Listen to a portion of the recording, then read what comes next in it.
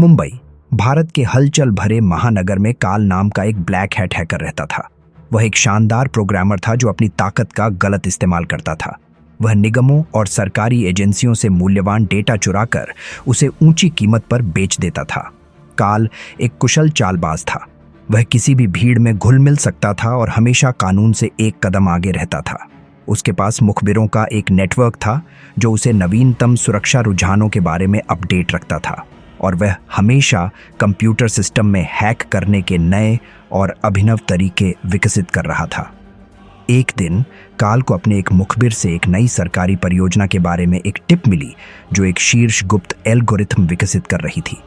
कहा जाता था कि यह एल्गोरिथम किसी भी एन्क्रिप्शन कोड को तोड़ सकता है और यह इसे प्राप्त करने वाले किसी भी हैकर के लिए एक मूल्यवान संपत्ति होगी।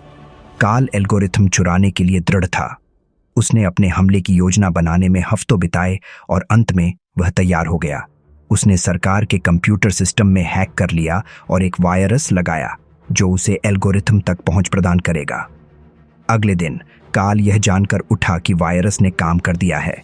उसने सफलतापूर्वक एल्गोरिथम चुरा लिया था और वह अब दुनिया का सबसे शक्तिशाली हैकर था। काल जानता था कि वह एल्गोरिथम को अपने पास नहीं रख सकता। उसे इसे किसी ऐसे व्यक्ति को बेचने की जरूरत थी जो इसकी कद्र करे। उसने शैडो सिंडिकेट नामक एक रहस्यमयी संगठन से संपर्क करने का फैसला किया। शैडो सिंडिकेट शक्तिशाली अपराधियों का एक समूह था जो सभी प्रकार की अवैध गतिविधियों में शामिल थे, जिसमें हैकिंग, ड्रग तस्करी और हथियारों का सौदा शामिल था।